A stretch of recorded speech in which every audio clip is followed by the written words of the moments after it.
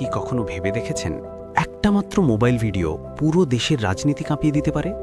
মাত্র কয়েক মিনিটের একটি রেকর্ডিং কি সরকারকে জবাব দিতে বাধ্য করতে পারে? 25শে মে 2020 আমেরিকার একটি সাধারণ রাস্তা। একজন সাধারণ মানুষ জর্জ ফ্লয়েড আর একজন পুলিশ অফিসারের হাঁটু তার গলায় চেপে ধরা। সে বারবার বলছিল, আমি শ্বাস নিতে পারছি না। কিন্তু সিস্টেম তখন নীরব।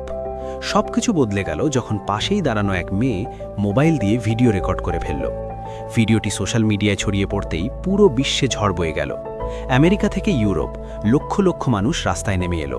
সরকারের ওপর চাপ বাড়ল, পুলিশ ব্যবস্থাকে প্রশ্নের মুখে দাঁড় করানো হলো, আর যে অফিসারকে হয়তো কখনো শাস্তি দেওয়া হতো না সে পেল 22.5 বছরের জেল।